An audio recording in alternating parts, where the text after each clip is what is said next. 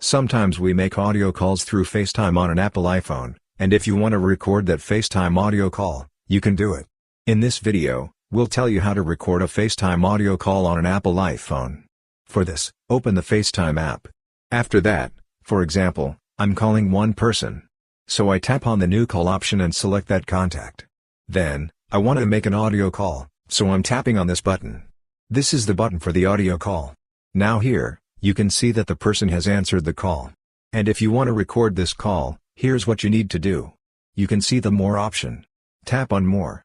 When you do that, you'll see Call Recording. Tap on Call Recording.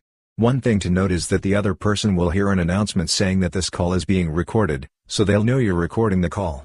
Anyway, now the call is being recorded. If you want to stop the recording in between, just tap on this button. Or, if you disconnect the call, the recording will also stop. Anyway, I'm stopping the recording now. So I tap on this button.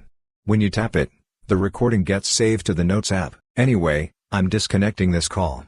After that, if you want to see where this recording is saved, you can see a productivity section in your apps. Tap on that, and then you'll see the Notes option.